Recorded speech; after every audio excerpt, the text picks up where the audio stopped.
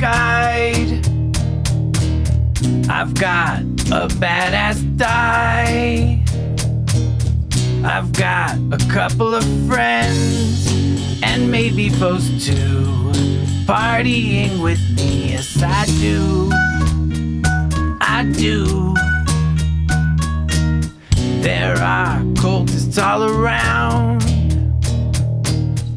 eldritch ash dudes too. They killed a few people, absorbed their carbon, solidified their bodies. It's true. It's true. In the shed, I felt safe. No ash monsters attacked me. In the shed where I belong, no one tried to kill me there. In the shed.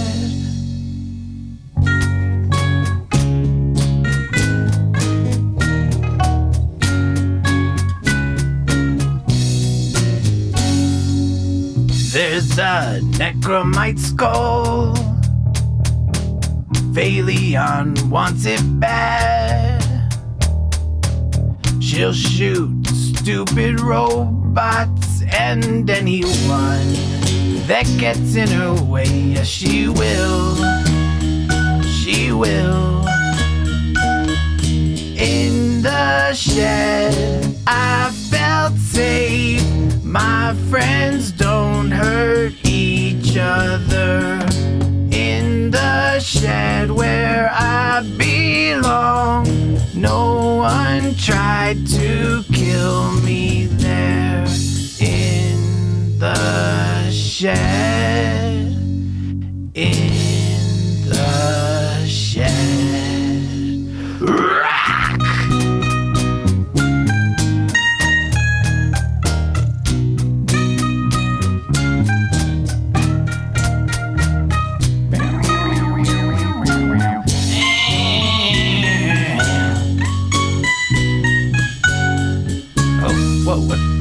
What the fuck's going on over there? Some commotion?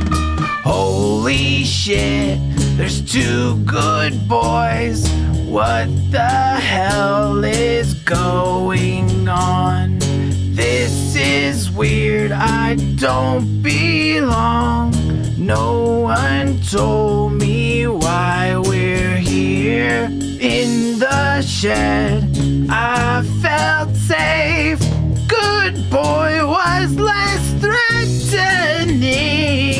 In the shed where I belong, no one tried to, no one tried to, no one tried to, no one tried to, no one tried to kill me there. But seriously, do you think both the good boys are gonna want to get a drink with me? I think one was.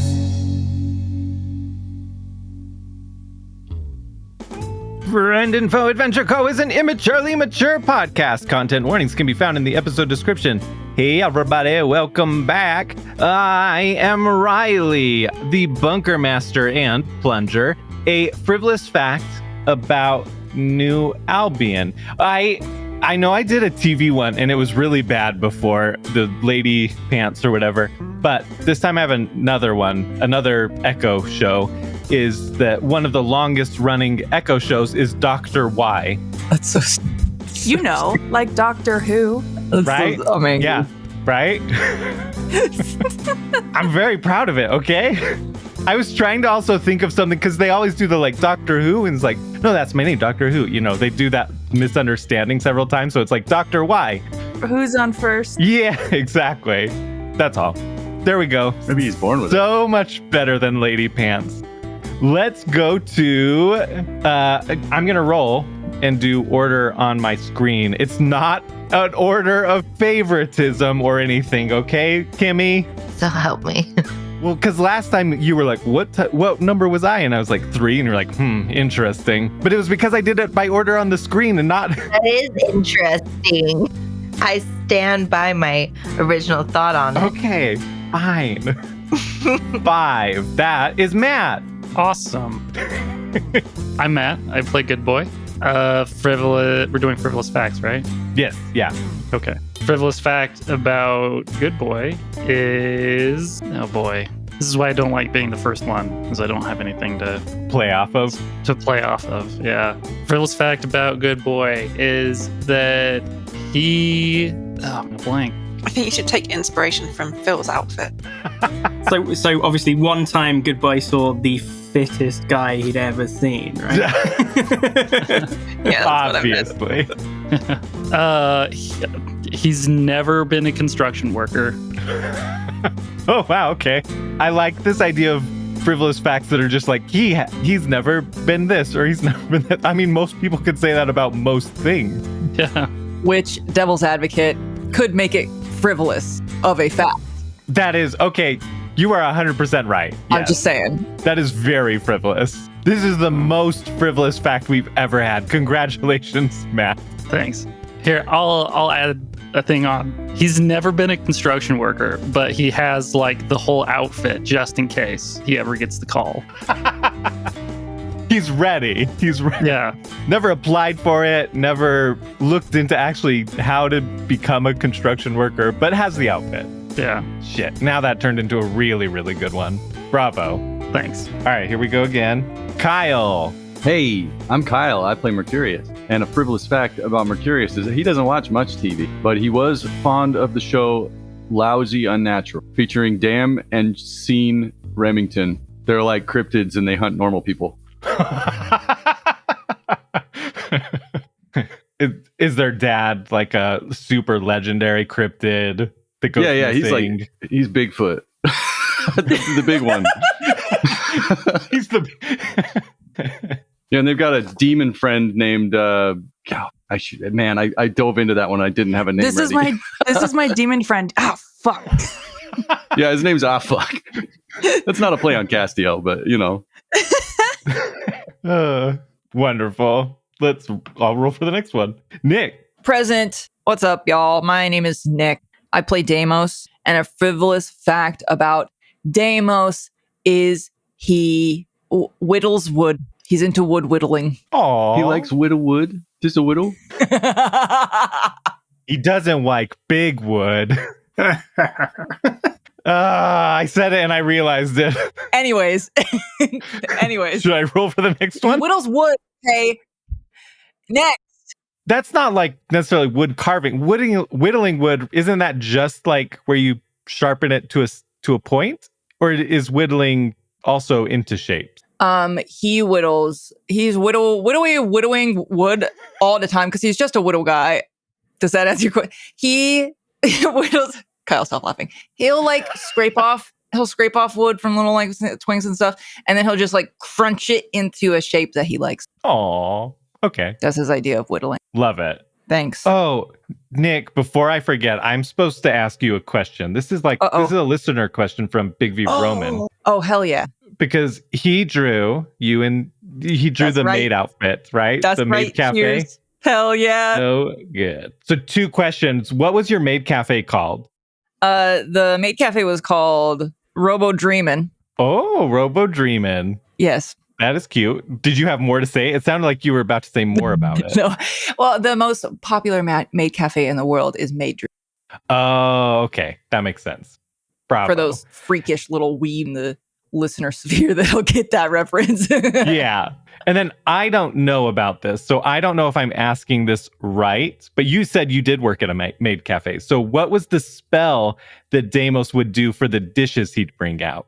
Big V Roman was saying that they do a spell or something on each maid would have a different spell. Yes, depending on the archetype that they are. I think because we talked about him doing the little decorative omelet rice, writing things out and ketchup, but it's just little ones in the ketchup.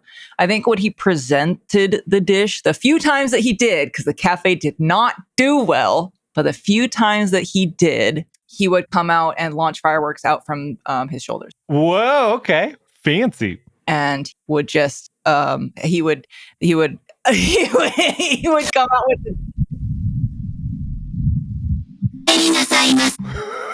What? What was that? Did that? Whoa! I like Fuck! Did that. that come through the? I couldn't hear it at all. But it's in here. I'm so sorry. That was terrifying. I was trying to see if that was the right thing so I could send it to you guys privately in the cast chat. I didn't How like far did that. it get? That was terrifying. Don't know what that was.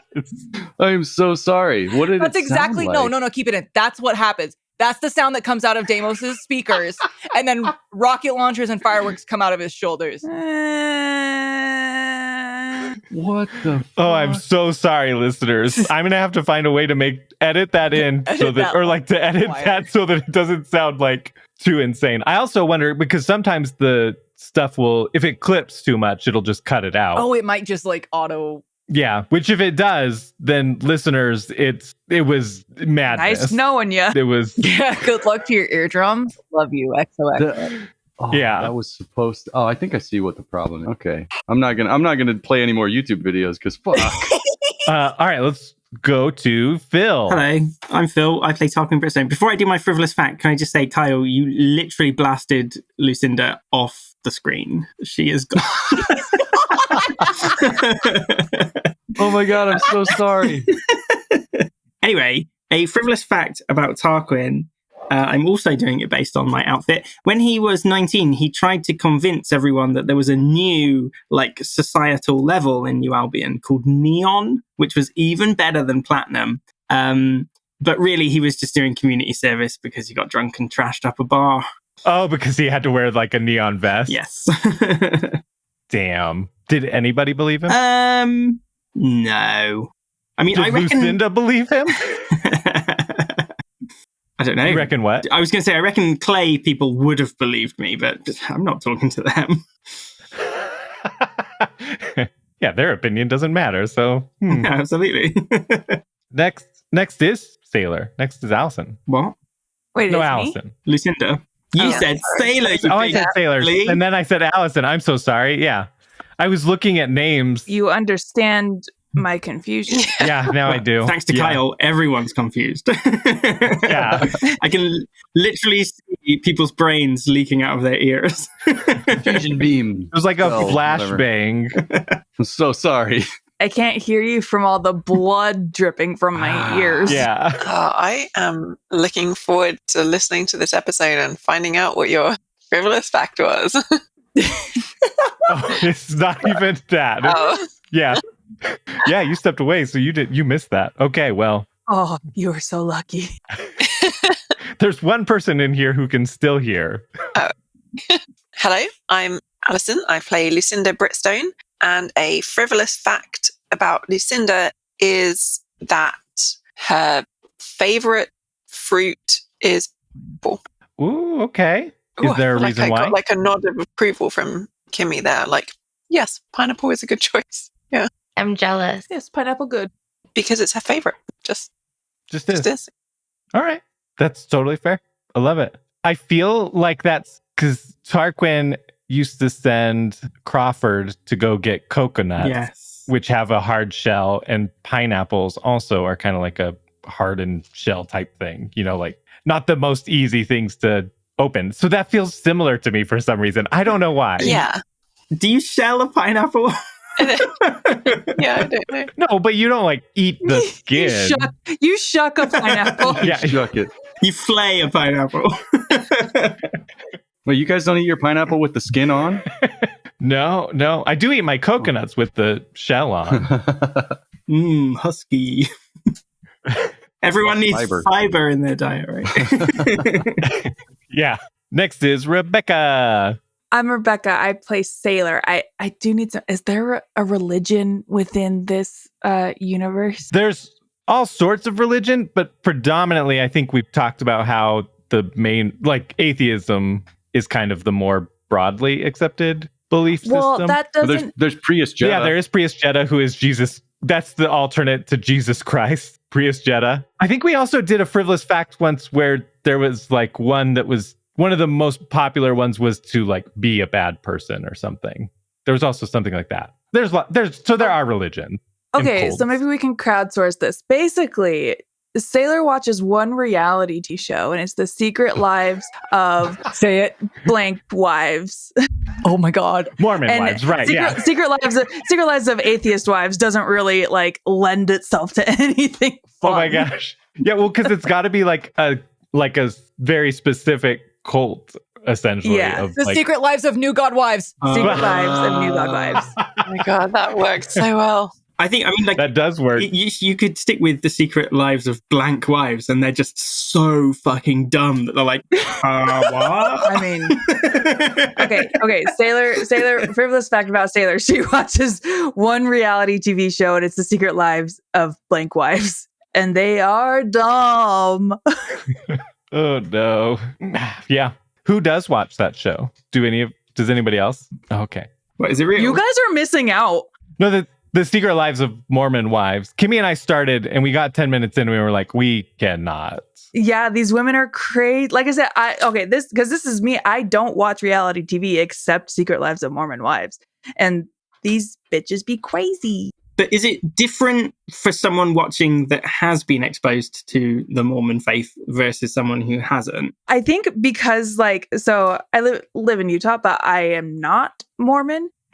But I have been within the church in the vicinity, and like these women, their whole thing is they're changing the norm. Like they're trying to be more progressive in regards to like what women can and can't do within the Mormon church. But also, I think if you're part of that religion, you should follow the rules. Because the exceptions to the rules they make are just like, they're only ever self-satisfactory, self-serving. You're going to judge other people for doing the same shit you're doing. Just want to get a free pass. Yeah. Right. It's just kind of yucky all around. Nice. Where can I watch it?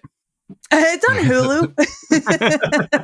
That's disgusting. Where is it? Just so I never come across it. I want to make sure I don't accidentally watch it. Disgusting. Where?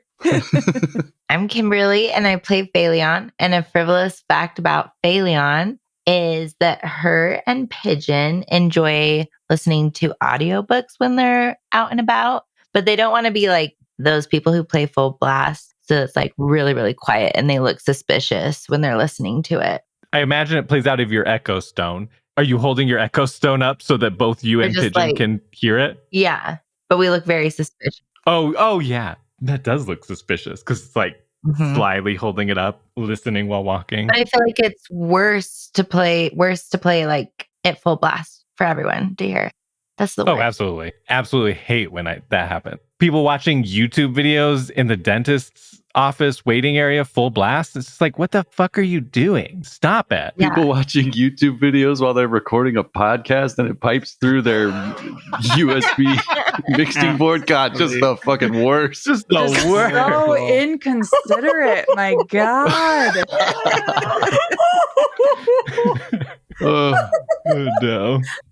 Oh, that's the worst part is like, it would have been funny if it came through normally, but it came through just gigablast. Yeah. God damn it. Everybody's had a frivolous fact now, right? Yeah, I want to know Pigeon's frivolous fact of what his favorite audiobook genre is. Oh. I feel like I'm gonna say like just like smut. Like he's just all about that. I was gonna jokingly say that, but I was like, no, too class. She's gonna make it too classy. Nope. Smut. But I'm not though. Smutty fan fiction. Is it regular smut or is it like bird erotica? Like bird smut? It's all about how they're dancing and showing off their fancy plumage. Yeah. Oh, this is naughty. Yeah. Just like intense, in-depth descriptors of the mating dance. Like, Exactly. Nothing but Wow. peacocks and blue-footed boobies, right? maybe a shag or two. I could only see one leg of the flamingo, but that one leg was all I needed. Tit is also a bird.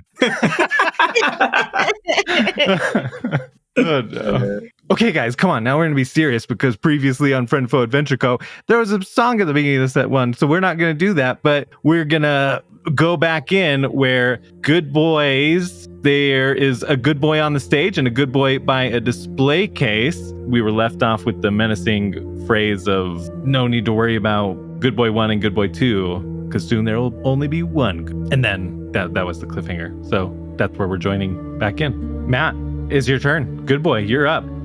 There's 2 good boys, so you're in control of both of them.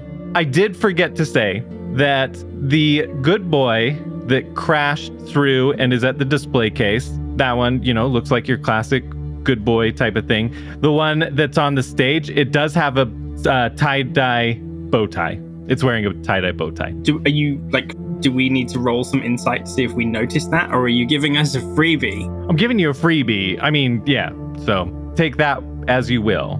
There's one physical difference between the two. One's wearing a tie-dye bow tie, the other is not. So, Matt, you're up. Okay. Let's make it the good boy on the stage with the bow tie's turn. Okay. Because really, he's the one that just emerged out of the shadowy portal, essentially, that was on the stage. So we'll start with him, because the other one got ejected from that same portal and into that glass case and had some talking and stuff. But we'll start with this one. The good boy on the stage throws his buzz axe at the one not on the stage, and then he yo-yos it back to himself. And as he lands, he's going to try to bring his buzz axe down on the other good boy. Okay, go ahead and roll both of those damages. The throw, he deals 12 damage, and when he tries to kind of chop as he's landing, he deals 11 damage. Perfect. So 23 points of damage total. All right, other good boy, bow tie-less good boy's turn. Is he going to retaliate? Yes. He kind of grabs his buzz axe kind of on opposite ends in both hands to sort of block as much as he can as the stage good boy was landing. And he's going to try and smack him in the face with holding onto the buzz axe with both hands. He's going to try and hit him right in the face. Perfect. Yeah, that deals 14 damage. You were doing sort of a block thing. If you want, you could roll damage for that essentially, and however much he rolls on that, he could block that amount of damage. So you'd get that health back. Okay. Do you want to do that? Yeah. Okay. Rather than doing a throw, essentially, right? So he's sort of the first action. You were doing that block and then the hit back. Okay. So he, I guess, blocks 13 damage. Okay. That means that he was dealt 10 damage and he dealt 14 damage. So bow tie good boy took 14 damage. Non-bow tie good boy took 10 damage. Nice. Also, Kimmy texted me and she said, "Good boy on my right, good boy on my left. I've been facing good boy almost all my life," which I loved. I was thinking of, for some reason, I was thinking of Reservoir Dogs, the stuck in the middle with you thing. Clowns to the left of me, jokers to the right. Here I am, stuck in the middle with you. Yes, yeah. Except Good Boys. Good Boys to the left of me. Also good. No. Anything else that either one of them are going to do during this? No, I think that's it. Then we go over to Sailor. Sailor, you've got a muddy pile of ash next to you. You also have your cats. Benjamin Button is also your combat cat, really. So we're going to add him in here. So he rejoins you. You portaled back in last session. So he's like, hey, I'm back. I don't know where the other cats are. Do I just have Benjamin Button? Well, all of them are there, but Benjamin Button is going to be like your attack cat. It's kind of your, yeah. Me, Sailor, would love to at least start moving towards Skull. Okay, perfect. Yeah. What's your movement? My movement is 3.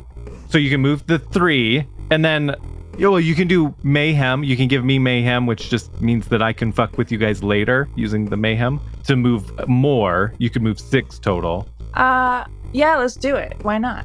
So you run and you pass Deimos just a little bit. You're pretty close to Deimos, and as well as a cultist right behind you. Okay, so I would like to stick Benjamin Button on the cult. Oh, okay. Great. If he has that movement. Does he have that movement? Yeah. Okay. He's good to move with you, essentially, same amount of movement and okay, cool. Attack. Sick 'em, boy. Does your action skill say how much they attack for? So I have Blood Paws, but that's for my other cat. Yeah, Blood Paws. My notes just say Dr. Olivia Benson blood paws. So I don't know if that was just limited to her or if all my kitty cats can just go nuts. Yeah, all of them can go nuts, I think. Okay, let's just go. Whoever's going to attack is going to attack, yeah. Okay, so I deal 2d8 damage. Yeah, and then you do get to add your damage modifier as well. Okay, 7 plus 2, 3, so 10. 10, okay. Yeah, do you want to describe how they damage this person? Yeah, you know cats when they just climb up on people. So what Benjamin Button does is he runs up to this cultist and he climbs him like a tree. And then, you know, in a cartoon where you see just like a dust sphere and like limbs popping out of, that's what he does on this cultist's face. Perfect. Yeah, dealing 10 damage, and they're trying to swipe it off, and oh, why? I'm trying to get rid of these ash monsters. I'm the good guy, I swear. She's yelling as she's swiping. Benjamin Button doesn't see good or evil. Ooh. It's all bad to me. It's all scratchable to me. Yes. Is there anything else you'd like to do? Is there anything you think I should do? I mean, Fayleon is fairly close to that, is really close to the skull. You are pretty damn far away still, so I don't know. Yeah, you are like, you know, anywhere from 8 to 15 squares away. My gun is a sniper rifle. Oh, that is true. But I don't want to shoot Fayleon. Should I go for it? I don't know. Should I go for it? I mean, that could be your team's kind of thing. Is shooting Fayleon. I do one thing and I do one thing well, and it's shooting Fayleon. Yeah. I mean, you do also technically have that red bullet too, but that would be very extreme. Oh yeah, no, I'm not like looking. Okay. I'm not out here looking to cause a world war. She is beyond the sniper rifle's range, kind of. So if you do attack her, you're going to have a -4 to your accuracy. Oh. It's kind of how I'll handle that. But if you want to attack her, I will let you. You know what? I have a 9 for accuracy. I'm going to... Whoa. Okay. Which would be a +4. So essentially, you just won't get any pluses or minuses. Yeah. Okay. So just whatever you naturally roll. So I rolled a 1. Just a nat 1. A nat 1? Oh, no. Oh my gosh. Okay. Sailor gets 2 in her head about attempting to shoot Fayleon again and just whiffs it so hard. Yeah, I would say, you know, I didn't even point this out, and you didn't notice it either, but behind Fayleon a few squares is this little goblin that's trying to look for a skull at the bar, and he gets a bullet to the back. Oh, jeepers creepers. Oh, what's going on? I'm trying to help here, I think. Roll damage. How much damage does it do? Let's see. 7. 7. Okay. 7 damage to Plunger. I'm just trying to help here. No, not Plunger. Everybody's favorite boy. Oh my god, Business Child is here? Wouldn't you know it? As you say, Business Child holds up the skull. I got it, guys, and then saves the day. Perfect. So, Sailor, is that everything you want to do on your turn? Yeah, I do not want to do much more. Well, then, it is the cultist's turn. Estelle Del Rose is on the ground. Lucinda had shot her. The bag that has the goop of ash, goopy ash, is right next to her, and she grabs it, and then she starts to kind of crawl away. She gets only 1 square away from Lucinda, so not moving very fast. There is Madame Alexandrite, who sees Mercurius right next to him. She also sees 2 psychos fighting each other. I'm not going to worry about that. And she is going to try to grab Mercurius. Oh, yeah. A 16. Mercurius, give me a traverse check. Ooh, not a good one. I think she's got me, but also my character. Come back. Oh, you do 0 bonuses for traverse, so just a 4. Just 4. Oof. Okay. Yeah. She grabs you and says, "Let me borrow you for just a second." Grabs your one arm, pulls you towards her, and then past her, and you stumble forward and pass right through one of the ember beings that's in front of her. And as you pass through that ember being, you take 13 damage as you feel the radiation, electricity just shocking and attacking you. So 13 points of damage. Well, to your health. Yeah, sure thing, pretty lady. Ow, what the fuck? Thank you. Oh, I thought that would kill you. Damn it. That's not enough. It'll take a lot more, well, a little more than that to kill me. Ow. There are some cultists to the south. Some of them start to move towards the ember being that's by the good boys. 2 of them are surrounding one, and one of them, a guy, he is right next to a guard, and he's going to try and grab the guard, but he isn't able to. And the guard's, what the hell are you doing? I'm trying to help here. And the guard's, I'm going to even do a little counterattack type thing. The guard counters and deals 4 damage back to the cultist who tried to grab him. But so they're surrounding one ember being there, but nothing's happening. There is an ember being that is kind of close to Tarquin, and that one has a very solid form. And next to that ember being really close is another cultist who is going to try. Geez, I am not rolling well. He, from within his cloak, pulls out a net and throws it at the ember being, but misses. It gets tangled like in his hands or something as he throws it. Oh, damn it. Gotta capture these things. Fucking net. I don't know why a net would work. That was a dumb idea. Oh, and then there's the cultist that was attacked by Benjamin Button. Does Benjamin Button have health? Did we give them health? Or any of your cats? That's a really good question. I don't think so. Okay. Well, let's say that they have 25 health. Sure. Just more than me. Yeah. Technically, we need to level you up and get you more health, but we haven't. My bad. I'm still rocking level 1 stuff. Yeah. Okay, so the cultist that Benjamin Button is on is scratching her face, and she grabs Benjamin Button, throws him on the ground, and deals 5 damage to the kitty. My boy! And then she is going to move 2 squares away towards that goopy puddle of ash that you just left from. And with that, I think that all of the cultists have gone. Yes, civilians turned. Civilians are mostly out of the way. I'm not going to worry about them. Plunger, it's your boy Plunge's turn. He just got shot in the back. Last episode, Phil was pretty certain that he had pulled Plunger to look for the skull and keep it away from Fayleon, but that is not true. He never did.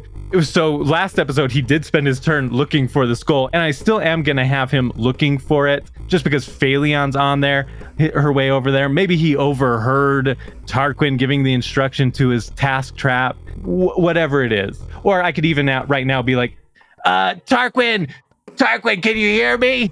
Oh, I can, I just don't want to answer. Damn it. No, okay, yeah, what? I think it looks like you're looking for something over here. Should I be helping? I'm under fire. I got shot already. Yes. We're looking for the green necromite skull. Fayleon also wants it, but we don't want Fayleon to get it. He looks to Fayleon. What? Why wouldn't we want you to get it? It's like a game, and you know how we're like best friends, and you want my team to win, right? Like me and Fayleon, we're playing like hide and seek, capture the flag. We're playing capture the flag, but I want you on my team. You were my first pick to be on my team because I just value your contributions so much. Holy shit. This feels weird. I mean, I'm very flattered, but it also does not feel right. You being nice to me, this feels more hurtful than when you're mean to me. Are you gonna fucking find the skull or not, you little green turd? Okay, there's the Tarquin I know and love. All right. Fayleon, what say ye?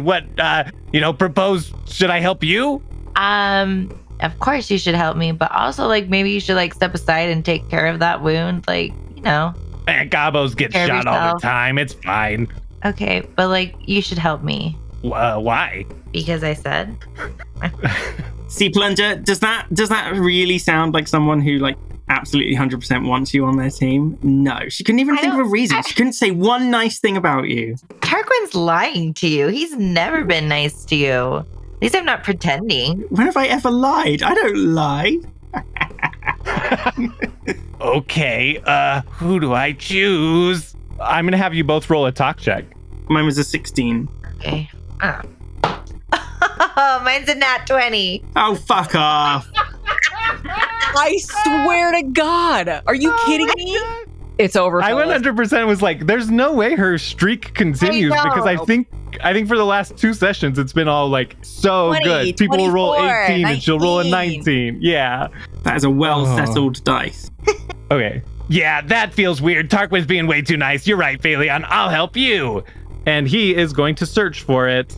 I mean, he didn't roll that well. He rolled a 9. So, wait, does he have any pluses? Because that could help. Oh, he has a +2, which puts him at 11. One shy of being able to find it. He's padding around the bar looking for it. He moves a towel and pretty much is like it reveals the necromite's skull, but he doesn't see it and just, I can't find it. The skull.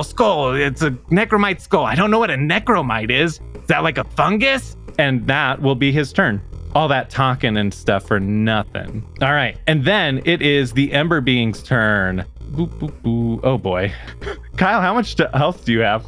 I'm not sure. I have 2 character sheets that seem to be current. One of them has, according to the damage dealt to me with that last attack, one of them has 28 and one of them has 7.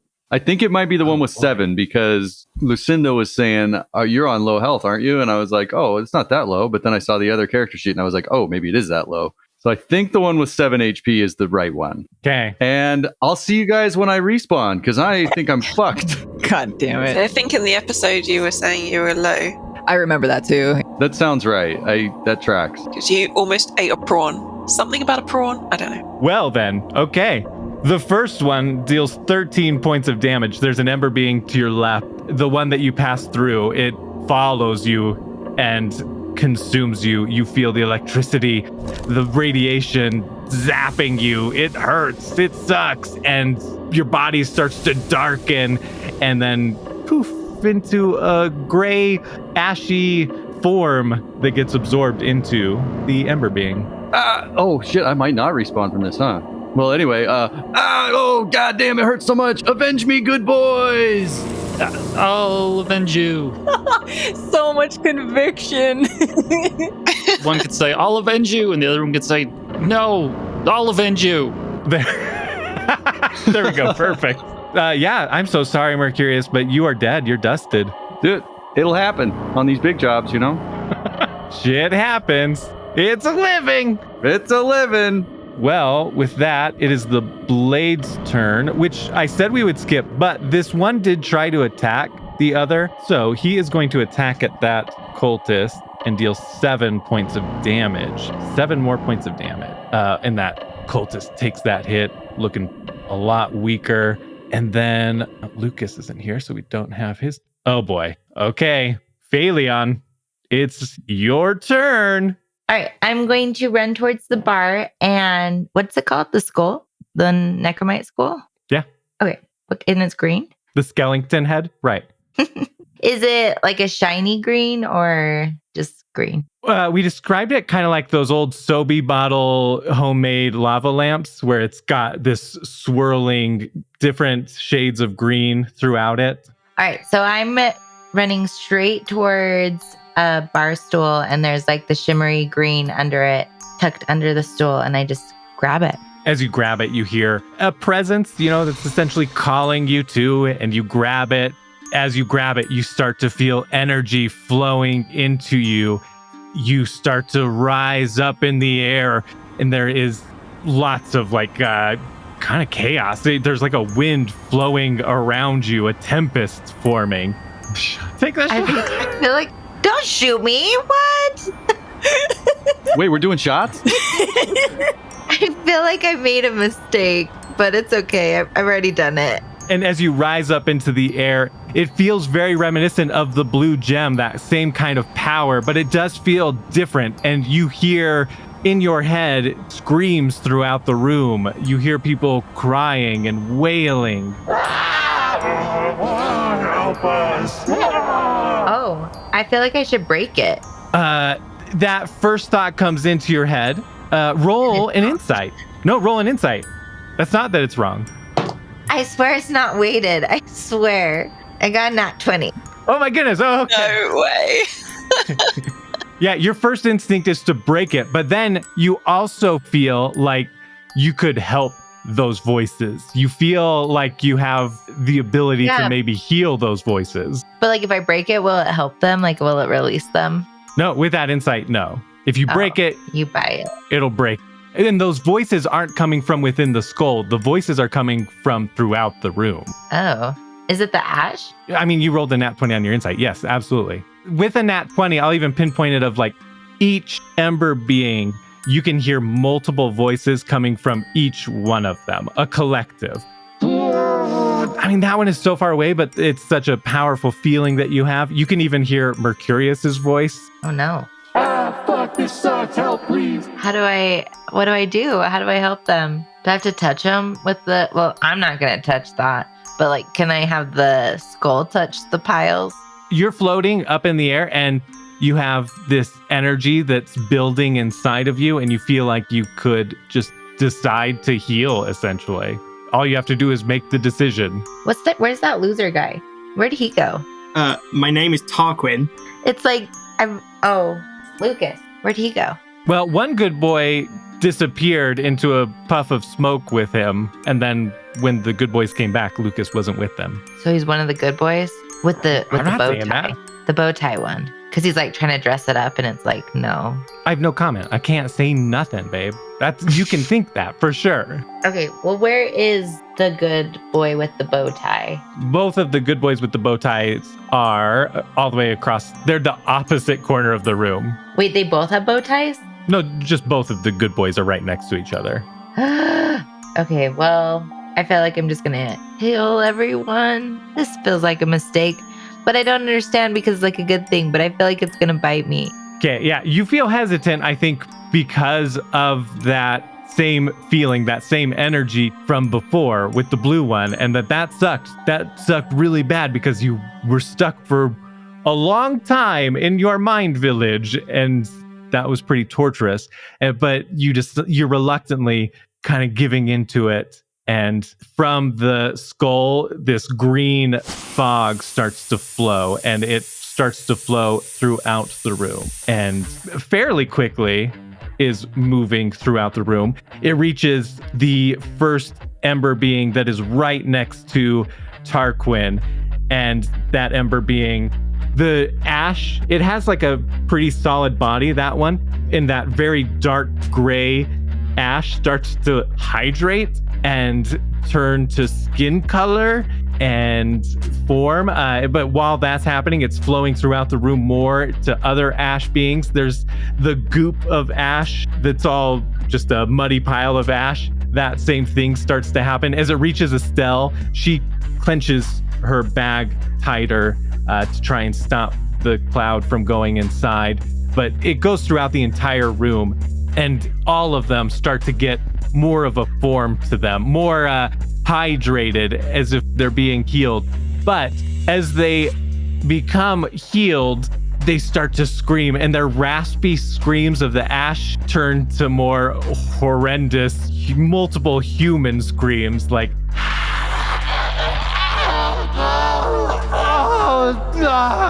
you can see that as they're hydrating, they're comprised of multiple bodies, but those multiple bodies are essentially just being healed into one body, including, I would say, if you could see this one that Mercurius was at, you could see some features of Mercurius mixed in with features of other people.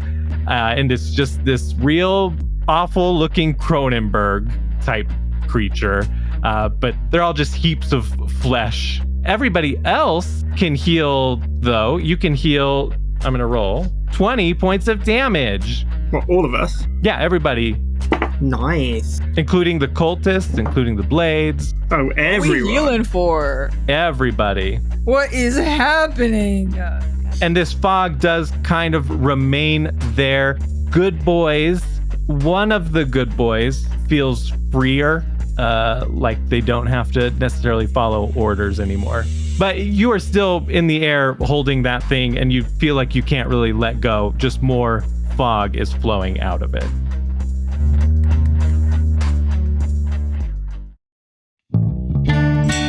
middle of the episode. Thanks, Nerdvana Games. You're awesome. We really love Bunkers and Badasses. Y'all should check it out at nerdvanagames.com. And you should check out the Risk of Rain Kickstarter. The preview is up and should be launching soon. It's really fun. I've gotten to play it a number of times, and every time I play it, I just love it more and more. Thank you, Kyle, for some of the music this episode and our theme song, Vault Hunter. You can listen to the full song and more of his music on SoundCloud and YouTube at Mechamac Music, as well as thanks for recording the instruments for the intro parody song. He was going to sing the whole thing, but ran out of time, so you've got me singing it instead. But thank you so much for recording all that. Also, a big thanks to Shar13 for some of the music in this episode too. You can check them out on socials and YouTube at Shar13, XIII. Thanks to our sponsor, Zencastr. We really appreciate how easy y'all make it for us to record this podcast with tools to make editing easier and clean up the background noise and sound. It's a no-brainer. You can also use them to make video podcasts, as well as distribute the podcast to all those podcatchers out there. If you decide you want to give it a try, there's a link in the episode description, or you can go to zencastr.com/pricing and use our promo code FFAdventureCo, and you'll get 30% off your first month of any Zencastr paid plan. I want you to have the same easy experiences I do for all my podcasting and content needs. It's time to share your story. Now we've got a listener question, and then on with the show.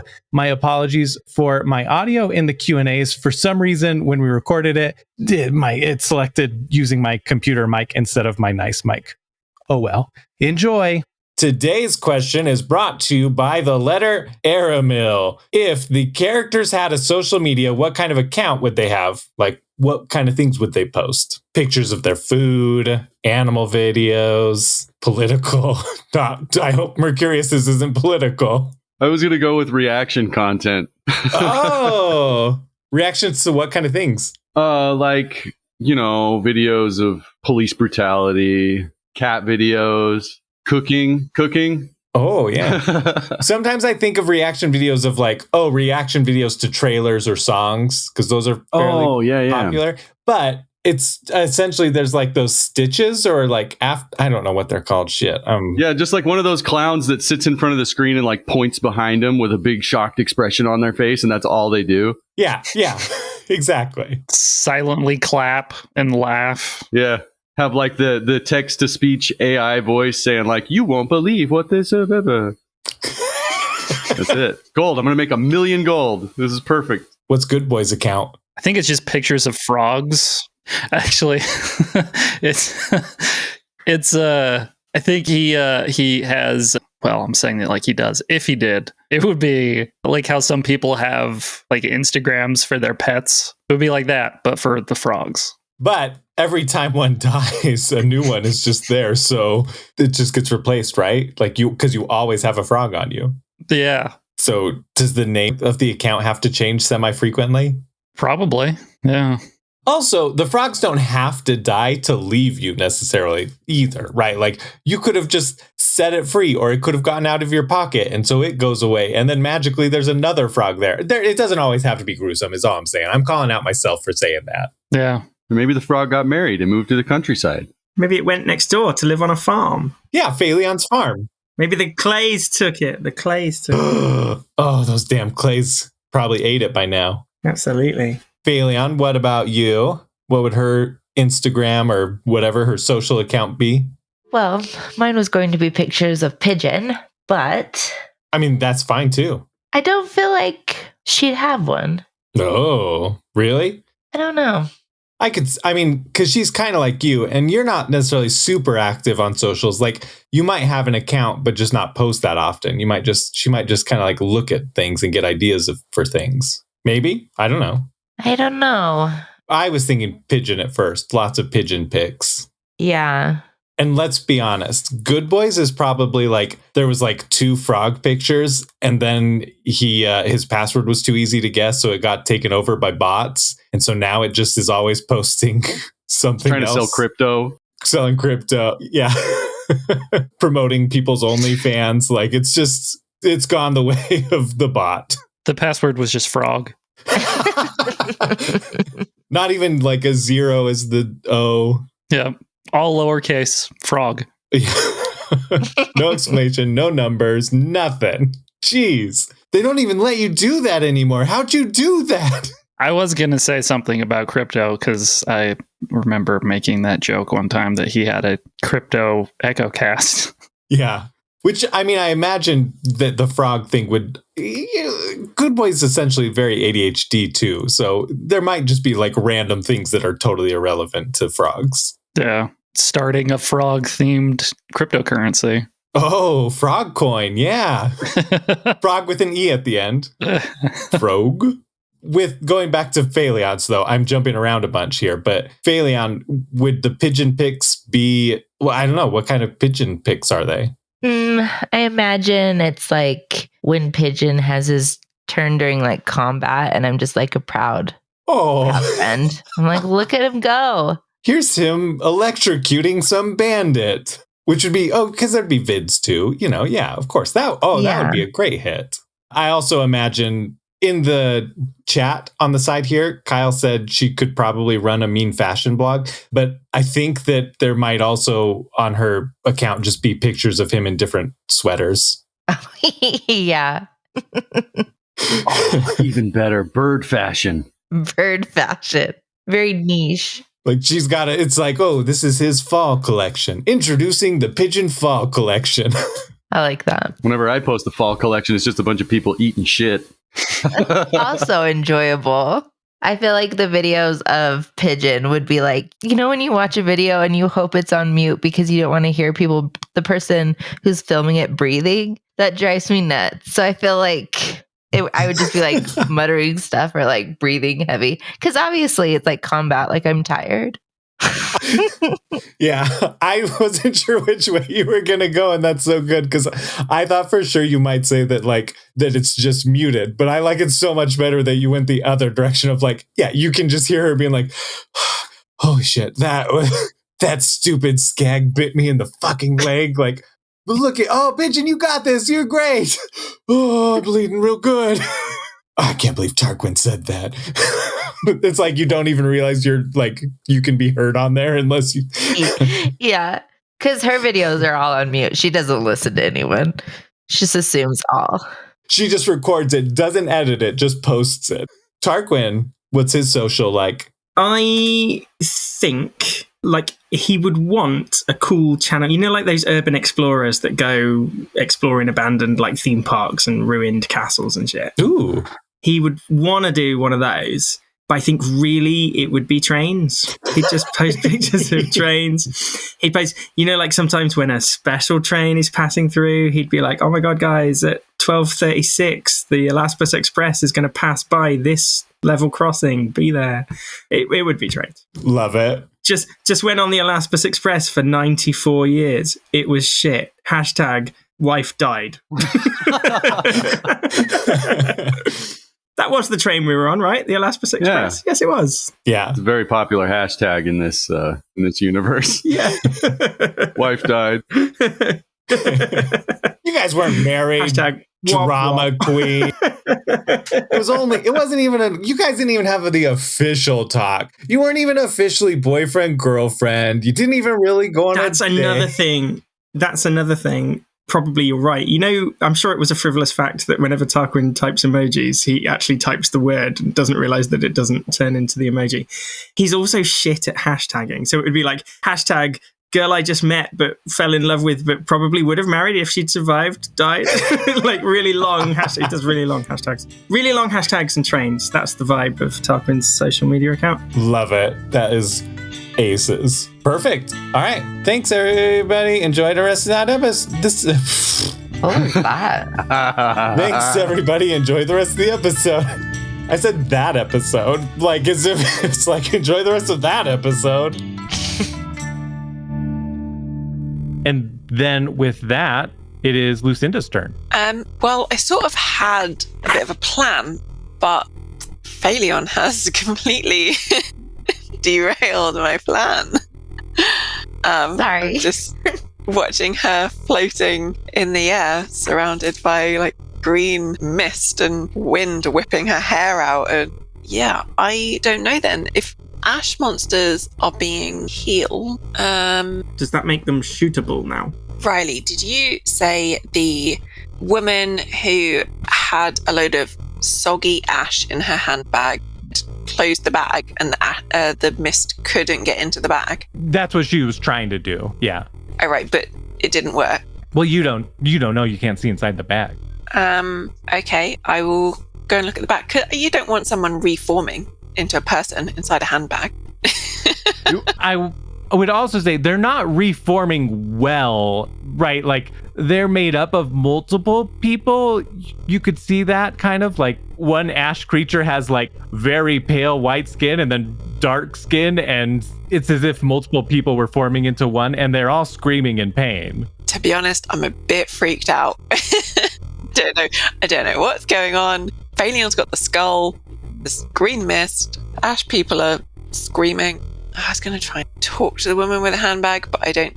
So she's not really moving. She's just crawling one square each time. Yeah, she's very slowly. You kneecapped her, I think, is what we said. And so yeah, she's just kind of like scooting her way across the floor, trying to get to the exit. Cool. In that case, which is a ways away. Yeah, I'm going to leave her for a while. There is a cultist kind of near Sailor. Yes. Can I just shoot them? Yes. I think you'd need to move a little bit closer. You need to move 3 squares closer. I will move 3 squares closer to this cultist who is loitering somewhere between me and Sailor. And I'm going to shoot the cultist. I was going to say in the face, and then I thought maybe we want to keep the cultists alive. You did say that a bit about Estelle Del Rose. You're like, well, I did kneecap this one, and she's not going anywhere, so we have a cultist that we can interrogate later if we need to. But, I mean, you can also do the same thing to this person if you want. You can have multiple cultists to interrogate if you want. Yeah, because, totally I will do that. I will aim for the kneecaps again. Okay.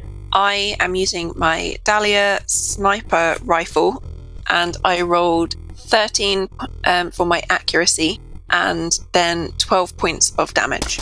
You shoot, and if you had chosen to be fatal, you could have easily killed this person, but you shoot the kneecaps instead. They go down instantly, a wail, and pass out from the blood loss. Yeah. Technically, you would have killed them, but I think since you chose to go for the non-lethal, I'm going to keep that. Okay, thank you. Since I moved slightly closer to Sailor, I am just going to shout, do you know what's happening? Am I correct in understanding that a mist dealt out 20 damage to everybody? No, it healed 20 damage. Oh, it healed? Oh, okay. I misunderstood. I'm over here like, I died, dude. You did the opposite of die. I super alive. You super alive. What was your question, Lucinda? Just what is going on? Deimos is also right next to Sailor, so the 3 of you can totally have a conversation Rendezvous. Together. Oh, yeah. Hiding behind the table, that's why I didn't spot you. There's a lot of chaos and confusion, and I'm not, I think she got the skull, dude. Oh, yeah, good observation. Who cares about that? Who cares about that? Look at Mercurius! He's an amorphous blob! Oh, yeah. It's going to be quite dramatic for Deimos. I'm a gross Cronenberg monstrosity. Oh, hi, Deimos. Oh, no! Yeah, I mean, I'm done. I'm not doing anything else. Yeah, pardon my French, but what the fuck do we do now? I just shot someone just to feel productive, but that was it. That's all I've got. The 3 of you, I'll let you all 3 kind of sort of taking actions together here a little bit outside of everything, right? Kind of free action here. But yeah, I mean, your instruction was not to let the siren get it and, but also retrieve it. Are you going to communicate with your employers at all? I think we probably should. Just a real quick check-in like, hey, things are great, but what if, hypothetically, she did get the skull? Just like hypothetically. Are you sending that? Yeah, I'm sending that. Yeah, it's good. It's a good message. Just like hypothetically. Just as like a thought experiment, just like what would happen? You get an immediate, did she get the skull? all caps, question mark, exclamation point. I'm afraid to respond. You're just going to leave it on red. Send her the shrugging emoji. I want to send the gif of Homer Simpson backing to the bushes.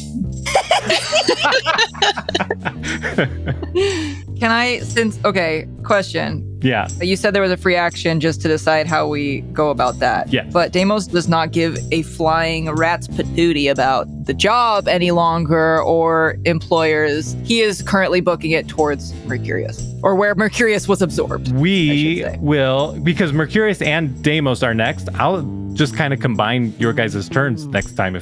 So yeah, we can get to that in just a sec. Perfect. All right. So I think that concludes the free actions of the communicating with employers. You see the message bubbles start to go, and then they stop, and then they go again, and they stop, and they go. It's just that like they can't decide how to deal with this right now. Or they're currently writing the longest paragraph ever. What we should do is put the Echo Stone away and, like, you know, when you send a really risky message and then you have, like, you just start stress cleaning.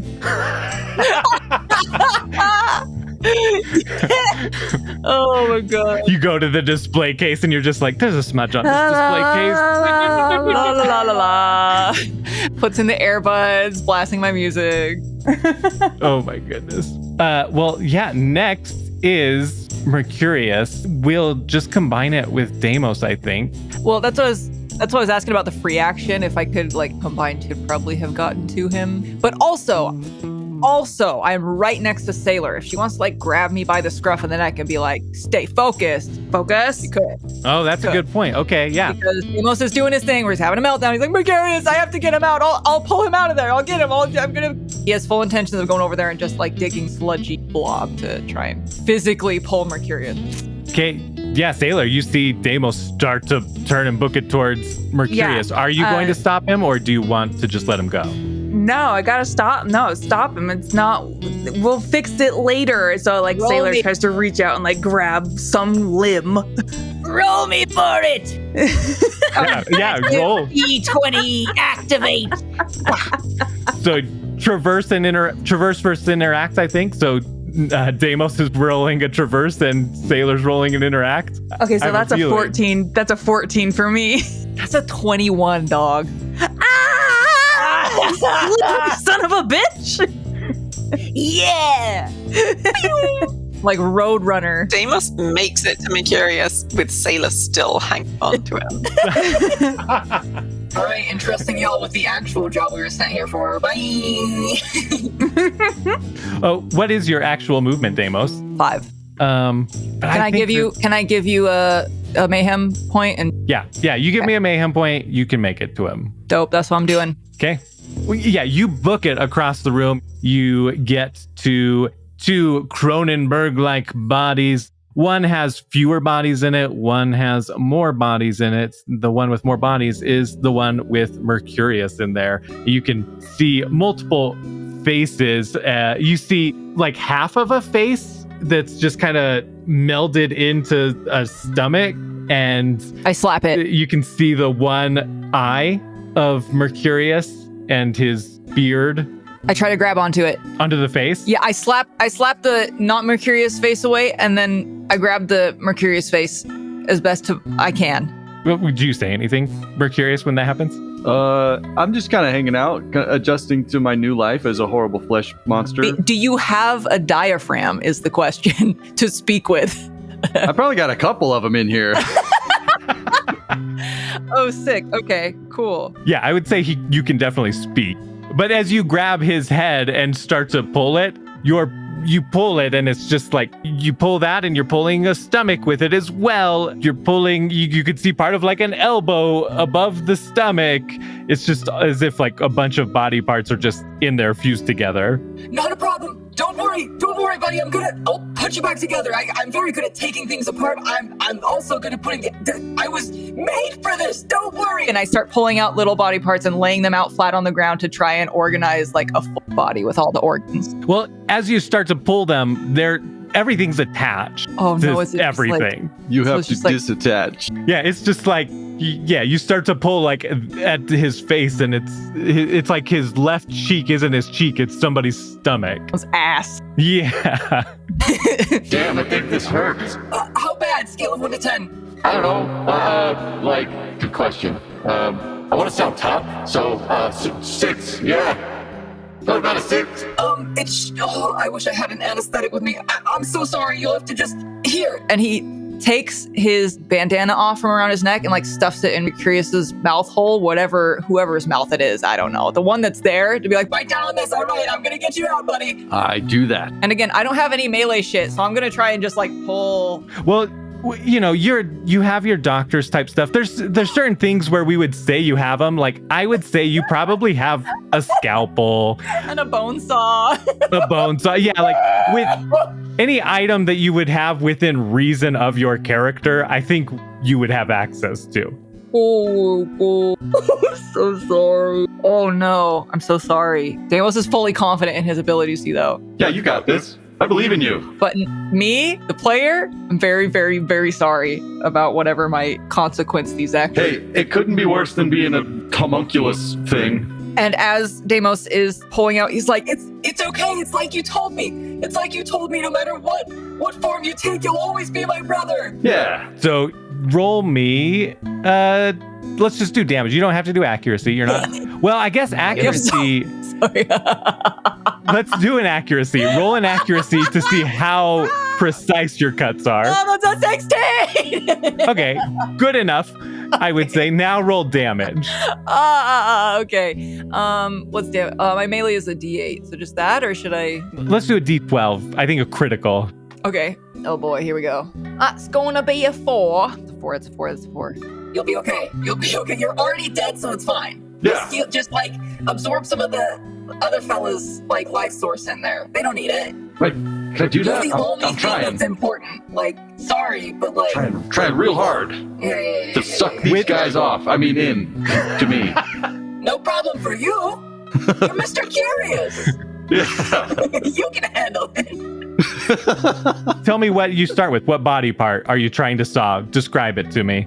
Well, as I pulled at the head, it seemed that a stomach is what appeared first. So I'm going to like carve around that, pull that out, and set that, plop it down on the floor, and then pull a little more, and there's probably like a forearm in there, and saw that out, plop it down in place. Yeah, so as you do that and you start to cut the flesh and it opens up, you get the stomach one. And when the very first one, you cut it open and it almost bursts open and some blood gushes out, as well as like a couple of bones. I would say you're familiar enough with body parts that it's like a finger bone, a knee, kneecap.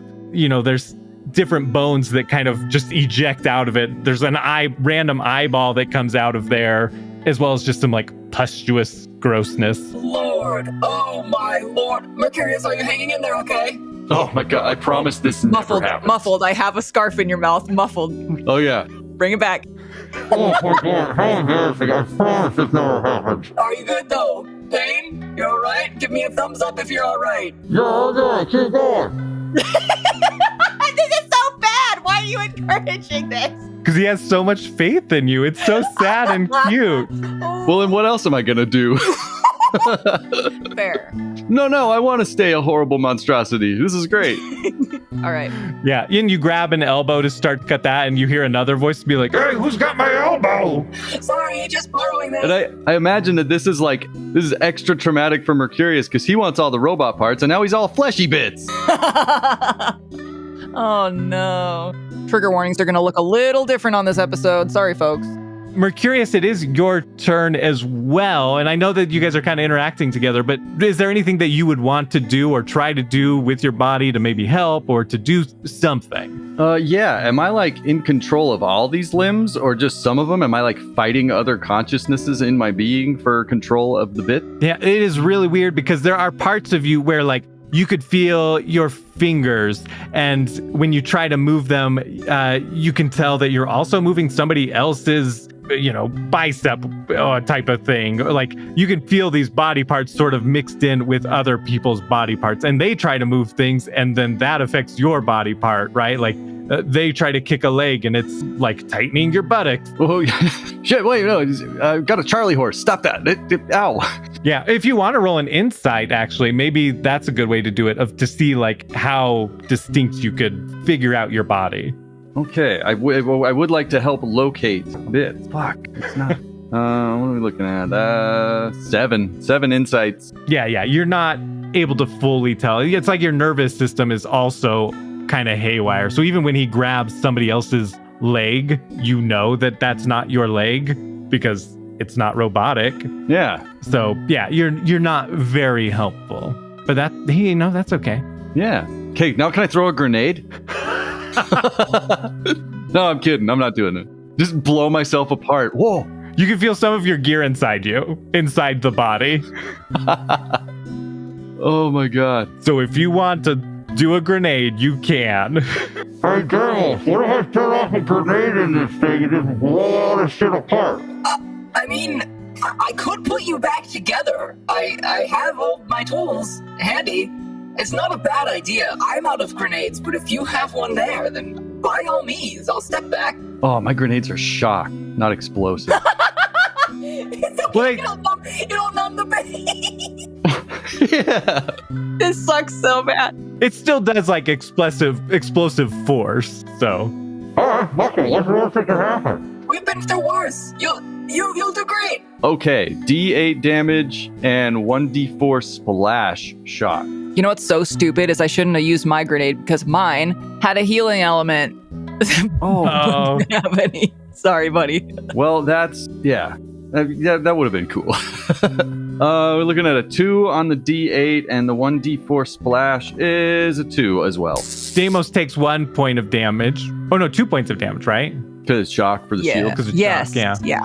Oh, and if it's to your shields, then it's 4 points of damage to your shields, which shouldn't really matter because I don't think anything's really been hurting your shields. So this is probably the first damage. No, my shields are gone. They've been gone. I don't know what knocked them out, but something did. So But I have like 80 full health. I'll take the 2 damage. Okay. Yeah. And then the body, some electricity kind of goes throughout it, right? You can see bones where they shouldn't be, right? Lots of bones. It does kind of highlight for you, Deimos, I think, while you're staring at it, some structures. I think that might help you, maybe.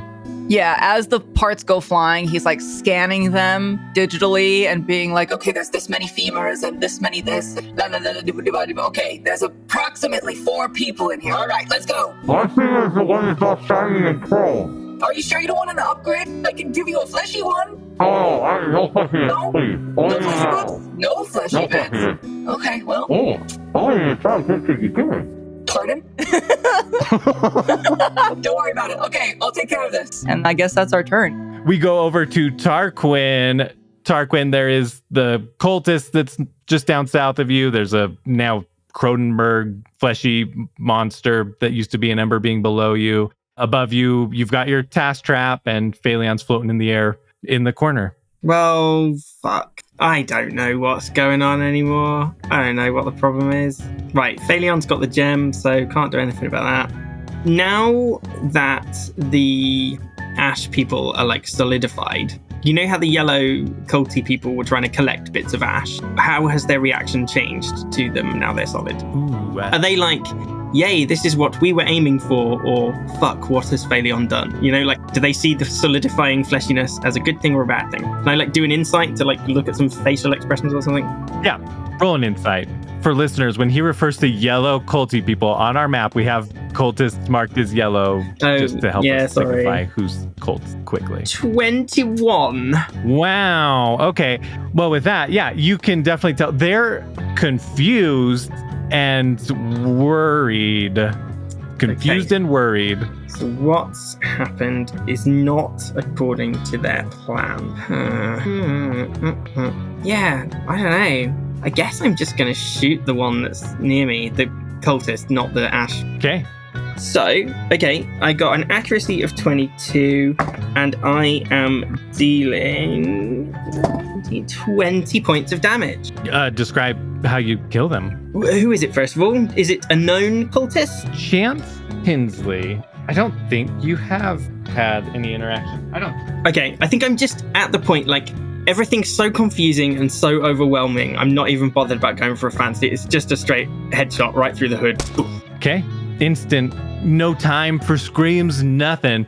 They were so focused on the Cronenberg and trying to figure that out that you shoot them in the head and they just collapse. Yep, boof.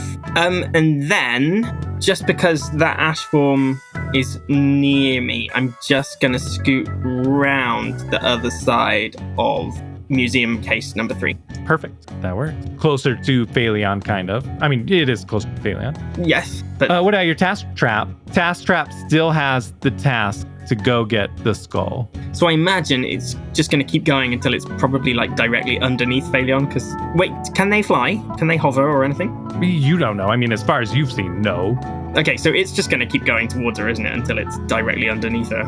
Yeah, try and get her somehow at least. But there is the security guard, the blade that Fayleon had the interaction with, real comfortable, normal interaction, she had instructed to stop the task trap. So let's roll against them. Roll me an accuracy, I think. Based on my modifier or just a... Oh, sorry. Let's do it. The task trap. The task trap, we're going to give a +3 to their roll. So do it. Okay. So that makes it 14. They roll right towards Frank. He says, I can't let you pass. Sorry. Orders of Lady McFeisty. And the task trap pushes Frank to the side. He collapses and rolls right past him. How's that, Frank? You know, I did everything I could. I hope you're proud of me, Lady McFeisty. Wait, he's not dead. He didn't kill him, did he? No, he just got knocked him over. Yeah, playing it up, you know? It's a bit dramatic. He's very dramatic. The task trap would have been able to get to Fayleon had she not attacked it and reduced its movement. It is damaged, so yeah, next time it'll be able to get to Fayleon, though. Wow, there's no point getting to Fayleon anymore, is there? I mean, you don't know that. She's still flying in the air and has the skull. We're not in an alternate realm yet. Looking pretty good. Yes. Then we go back around to the opposite corner of the room to the good boys. Think they're just going to keep fighting each other. They've just been ignoring everything else that's going on in the room. Fighting. Yeah, that works. And they're both healed back to full health. So all the damage they did to each other last turn is moot. Yeah, so let's do your turns as if they're flashing buzz axes together. So you're going to do a roll for each of them. And then whichever one rolls higher in that pair, they're going to deal the difference in damage to the other one. As if they're parrying each other, and and it's like, oh, I managed to cut his arm right there, but it was only for 5 damage because he did block it. I didn't get a good hit on him. So why don't you roll the first volley of attack? Which one are you rolling first? Bow tie good boy or bow tie-less good boy? Probably I'll just keep it the same order and do bow tie first. Okay, so the first one does 10 damage. And then the bow tie-less one does 11 damage. So that would mean that the bow tie-less one gets hit for 1 damage. Okay, I see. So it's like, as their buzz axes flaying together, the bow tie-less good boy is able to push his saw and just barely scrape a little bit of skin on his shoulder. And then the bow tie-less one pushes him back. And then they go back into another flurry of strikes. And then you roll again. No. It's almost like just whatever thing they go to do, they both do it at the same time. Oh, yeah. Like whatever attack they go to make, they both do it at the same time. I know your every move before you make it. Well, I know your every move before you make it. Exactly. Your next series of attacks? Okay, so the first one does 7. Oh, dang. And the second one does 11. Oh, nice. So 4 damage. So during this time, the bow tie good boy has taken 5 points of damage total. I would say maybe while you're fighting, buzz axes are clashing into each other. You're trying to dodge and move. There's ducking and rolling. Roll me a d12. It's a 4. So you're going to move kind of a 4 o'clock position a few squares. Just the combat of it all and the flow. You're not really paying attention to where you're going, but you are now closer to the Cronenberg and Deimos. type stuff, as well as some cultists and another display cases around you, but you wouldn't necessarily be fully aware of that. Just the flow of your combat has moved you in that direction at random, right? Like that's just how it happened. Yeah. Do they both have Good Boy's Echo Stone? You can try talking through the Echo Stone. Good boys. Which one of you is real? You're saying it through the Echo Stone? Yeah. Roll an insight. Dear. That's a 4. Okay, well, you can't tell. Deimos? I know you're hacking and sawing your buddy apart, but do you want to roll an insight too while you're right there? I will always roll an insight. I'm good at math. That's a dirty 20. Oh, okay. You can hear Tarquin's voice come through, the one with the bow tie. It's like in one of his many cargo pants pockets. Perfect. Well, that was easy to figure out. After hearing Tarquin on the Echo Stone of his own, and then hearing it also reverberate from the bow-tied good boy, he sets down his scalpel. His hands are like covered in this weird ashy, bloody fucking mixture of goop. And he picks up his Echo Stone and responds, Yeah, it seems that the one wearing the bow tie is the real good boy. That's where your Echo Stone has come through. He's a little busy at the moment. Would you like me to leave him a message? Can anyone remember, was Good Boy wearing a bow tie? He was. He came to the party. Wasn't he it using the stapled to same his head? Yeah, because it was the one he was wearing on top of his head for the drag race. And then I think, did he go to the party with it stapled still, or did he move it to his Gasp, I don't remember either now. Do you remember, Matt? I don't. Okay, well, however he was wearing it for the party is how that good boy is wearing it. Okay, so we reckon bow tie one is the real good boy. Yes, that's correct. The other one seems to be, I don't know, some kind of clone or doppelganger of some sort. If I could get closer, I'd be able to tell you, but a little tied up at the moment. Okay, bye! Bye! I'm just going to holler over after I hang up, quote unquote, hang up. After I repocket my Echo Stone, I'm going to look over and be like, good boy, your friend Tarquin is trying to get a hold of you. Just a heads up, whenever you get a chance, when you're all wrapped up. Okay. And I think both of them are going to pull out their Echo Stones.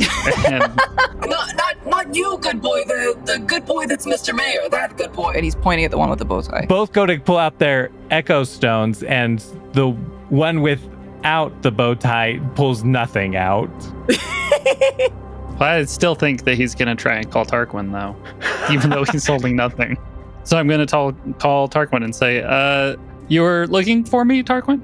Yeah, well, in case you haven't noticed, there's 2 of you, and we're struggling to work out which one's ours. Yeah, good question. What happened to you? You sort of bounced away. What happened when you were gone? I don't know, kind of went to like another dimension, I guess, and then... Another dimension, like the dark dimension, or...? It's kind of what it seemed like, yeah. And then this guy was there, and there's somebody else, and then, now I have to kill him, so it's a whole thing. Do you want our help, or is it something that you have to do?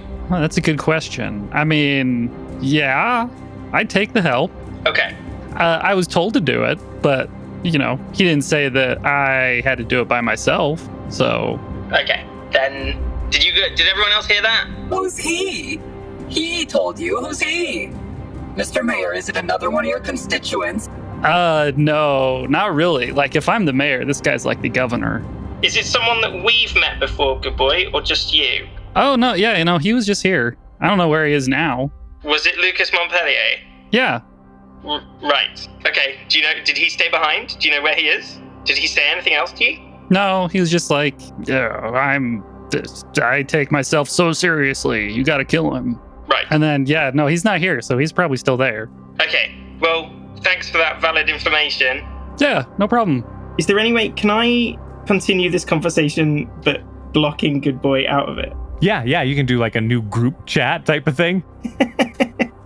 And I like to think Good Boy would just keep chatting like on that, but not realize that no one's answering. Right, guys, cast your mind back. Do you remember when Lucas first saw Good Boy and he was all like, oh, I want to add you to my collection?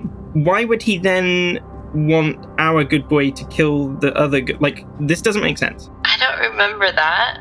I'm sure before he bamfed him away, he was like, oh, I haven't got one of you before. Oh, right. Oh, yeah. I do remember that.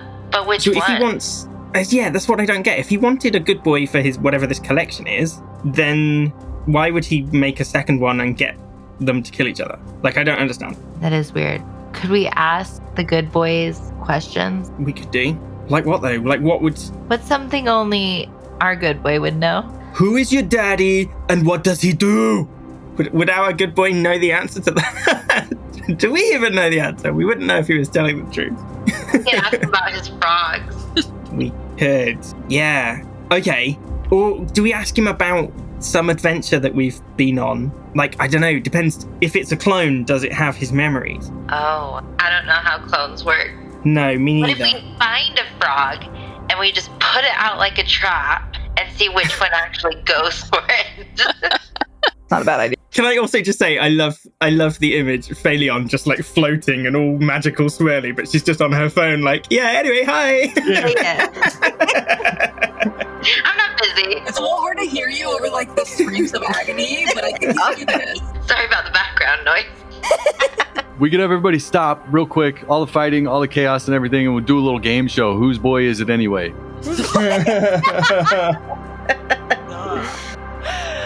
Oh my god. Who told Good Boy to kill the one? He made out like it was Lucas Montpellier that said it. Right, so we probably don't want to kill either of them then.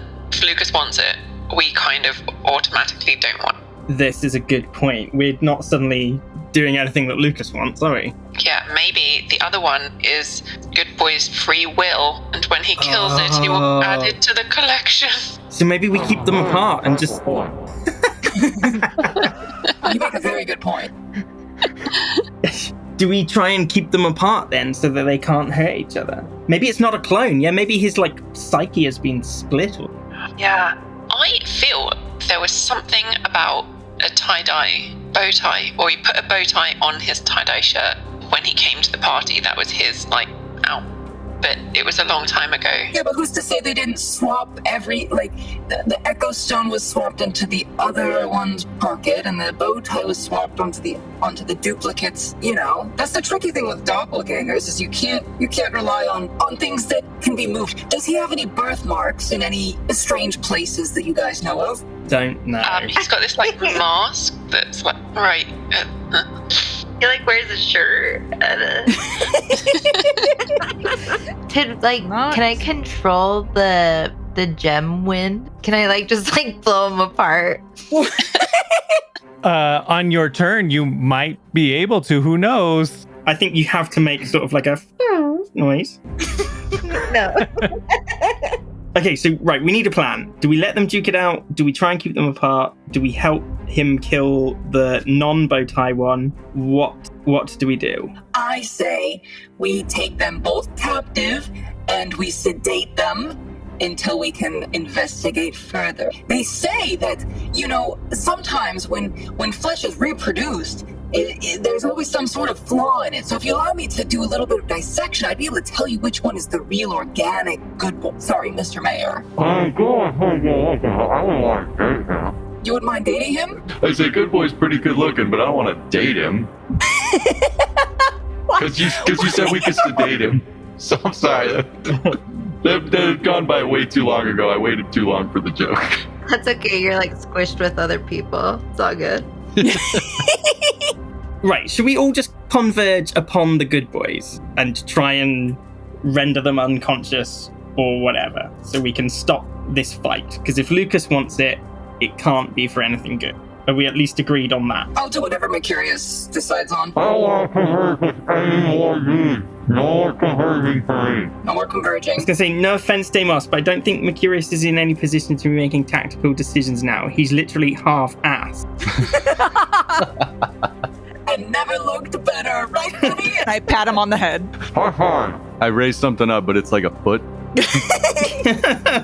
As far as I'm concerned, I reckon Tarquin is satisfied that we just head to the good boys and go from there and try and just stop them from fighting. Yeah. Do you want to talk to the other good boy? Yes. I suppose that might help. Okay. That was Good Boy that was saying that. The bow tie one. Yeah. Good boy just hands him the Echo Stone like, it's for you. Yeah. Yeah. Yeah, exactly. And so he takes it and says, "Yellow." Hi, good boy. Hi. if we were to, let's ask him the same question. Good boy, when you bamf, what happened on the other side of the bamf thing? Where did you go? What happened? What do you mean, Bamf? Okay, thanks. That's all I need to know.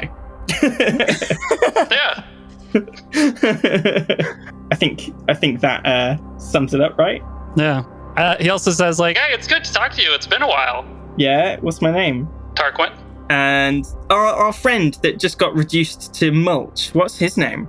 Oh, it's Pancake's dad. Yes. Shit. Okay, I now no longer know what to do with all this information. Wait, so which one are we talking to now? The bow tie one or the not bow tie one? Yeah, this is not bow tie. Well, so then is not bow tie one the real one? It seems like that theory may be correct. However, I don't know how risky we want to be with, like I said, if you don't want. Yeah, okay, let's just go with the plan. We'll sedate him. All right. I will do that on my next turn. Okay, hold on, good boy. We'll get to you soon. Okay.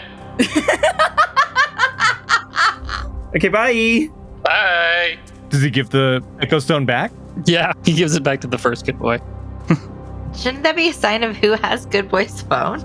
Like, shouldn't it be a sign of whose phone it is? Like, he gave it back to Good Boy. It's his phone. Oh, But I guess in the other dimension, we don't know. They could have just taken his phone. Oh, I don't fucking know. I think stick with the plan. Let's sedate him until we can work it out for propers. Okay. Sailor, it's your turn now. What do you want to do? Well, I feel like Sailor's not so much caught up in the Good Boy stuff and is still pretty focused on the skull. She figures the more the merrier with two good boys? The more the merrier. Yeah.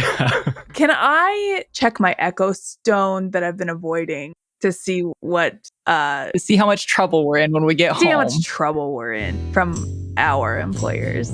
There hasn't been any dots for a few minutes type of thing, but no message either. Okay, that's fine. I guess I saw it suggested to try to shoot the skull out of her hands. Is that a thing I can try? Yeah, you can try that. I'm gonna try it. All right, just a normal bullet? Yeah, I don't want to go crazy. Perfect. So I rolled a 12. Okay. Does that do anything? I think you're going to move closer too, just to get a better shot, right? Let's move closer first and Yeah, then yeah. take the shot. Yeah. Fayleon, why don't you roll? Just roll a d20. See what happens. Yeah. I rolled a 17. Oh my yeah, God. Okay. Of course. Yeah. High roll. Of course. Yeah. As your bullet shoots towards her, the wind that's just that tempest around her, deflects the bullet, sends it off course. Hits into Plunger's shoulder. Who the hell keeps shooting me? Does not enough to do damage. It's just, tossed into his. It's just an annoyance. Yeah. Well then, in that case, I think that's gonna be all I can do. Okay. You guys all get a group ping that says, who's the closest? All right. I would like to respond back. I am frowny face. Just to your south, there's Tarquin, who is like 4 squares away from you. So 3 squares away from Tarquin, 1 square away from you, a blue portal opens up. A woman with brown hair walks out, and you can see a yellow ring circular tattoo on her hand. Holy shit, you guys. You had one job to keep it away from her. And Tarquin, roll an insight. That is a nat 20, and with my bonus, 23. Yeah, you are not facing her, but you hear her voice and you immediately identify her. Is it Nettie? Yep. What a bitch! I instantly get the rage. Holy fuck, is that Nettie?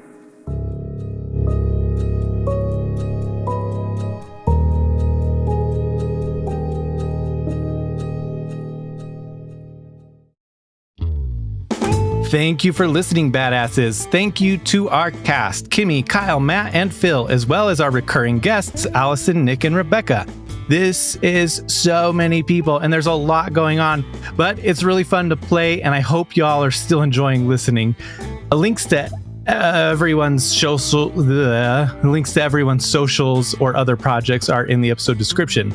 If you enjoyed this episode, we'd absolutely love it if you'd leave us a rating and review on Apple Podcasts, Spotify, Good Pods, Podcast Addict, social media, or wherever else you may want to. On Spotify and Good Pods, you can leave comments on episodes. Last episode, Chris left us a rainbow emoji for Pride Month. Thank you. I hope everyone had a good month of Pride. And speaking of which, this month, some fucking asshole in the US is ending the 988 hotline, the LGBTQ suicide hotline, national. So if you or someone you know needs help, there are a number of resources available to you. I don't know them all, but one I trust is the Trevor Project. It's free and you can text, instant message, or call them. You can use their website. So whether you need their services or even just want to donate to a good cause, you can go to thetrevorproject.org. We love you all. Other than reviews, another way to support us is joining our Patreon as a free member or Ultimate Badass. As an Ultimate Badass, you'll get access to exclusive episodes like the Honey Heist and other adventures. There's also one-shots that you can run for your group and even some physical stuff like one that Kyle and I are working on for our Ultimate Badasses that not even the rest of the cast knows about yet. So on the Patreon, I just did a post for the Ultimate Badasses to choose a symbol that'll be on your gift. The symbol will be white, but the item can be just about any color you want. So you just need to comment or contact me somehow to let me know which symbol and what color you would want it to be.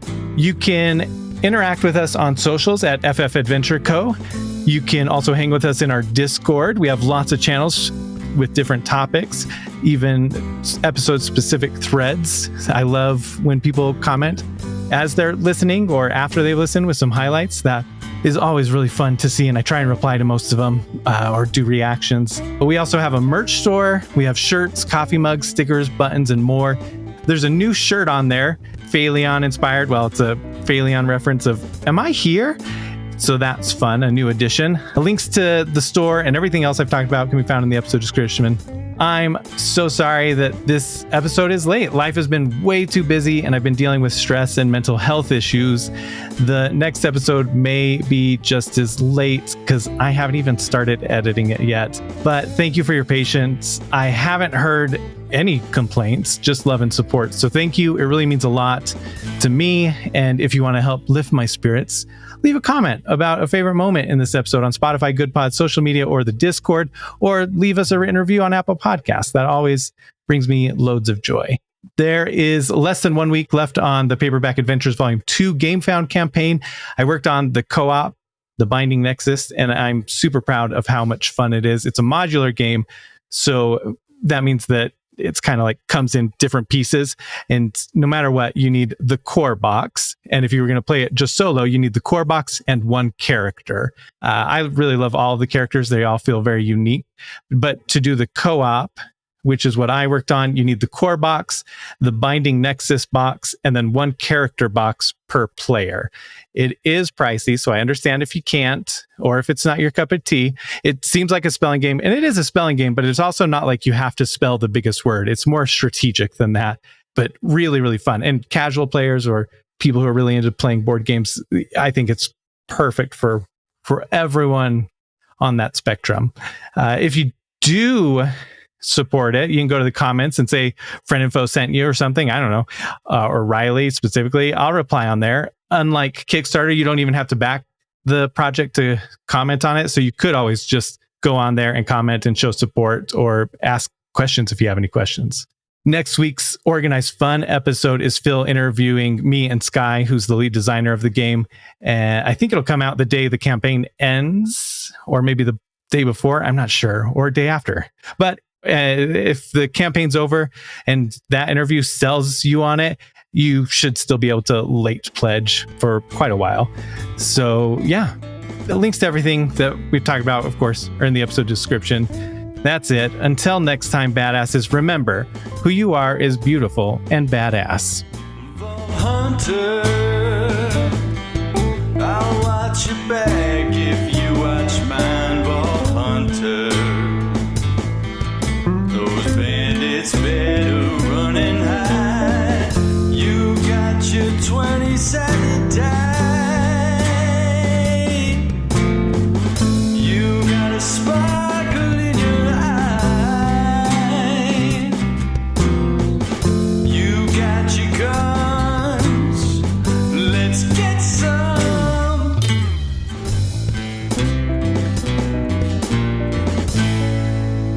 And then last is Kimmy. What number was I? Oh, You were number 6. But you're number 1 in our hearts. Well, and then I changed to a D4 and you were a number, and then you were 1. That doesn't make sense. Yeah, because it was between you and Rebecca. So you were number 1. You were number 1 and 3, and she was number 2 and 4. don't pit me against Kimmy. My goodness, yeah. I'm Kimberly. Your favorite person. Sorry, go ahead, Kimmy. Do I need to start over? Yeah. You had literally said one line. Sorry, I'm so sorry. I waited so long and I resisted saying it. And then, of course, I said it when you started to say yours. So go ahead.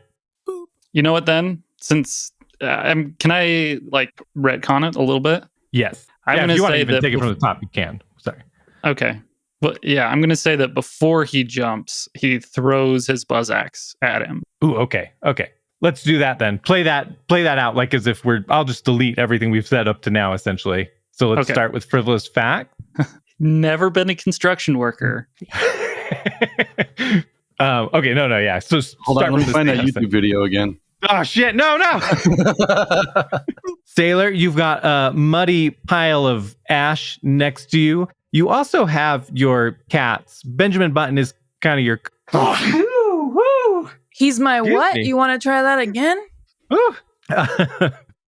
I think Tarquin was a little bit more flattering there, so he's going to get a +2 on top of whatever other additions he might have. I'm pretty sure I was close to Plunger and I had asked him to help me.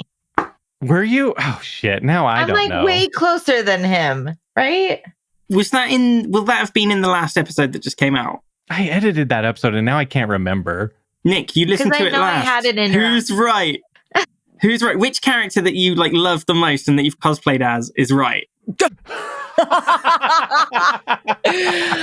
Okay, that comment aside, ignoring that comment, I did listen to the last 10 minutes of it this morning, at least in that segment. It might have happened in the after that, but in that segment. Yeah. But I don't have happened after. You know, actually, because last session he was looking for it, and I don't think that Fayleon did because we said that Tarquin did, but Tarquin didn't. So we'll undo that essentially and just have you both be neutral. So you just get whatever your regular 20s are. Instant, no time for screams, nothing. They were focused on the Cronenberg. How do you say that? Cronenberg, right? Sounds weird now. Cronenberg. That sounds right. Okay, there we go. Yeah. Well, I need something else to stuff in my mouth. My shirt's getting soggy.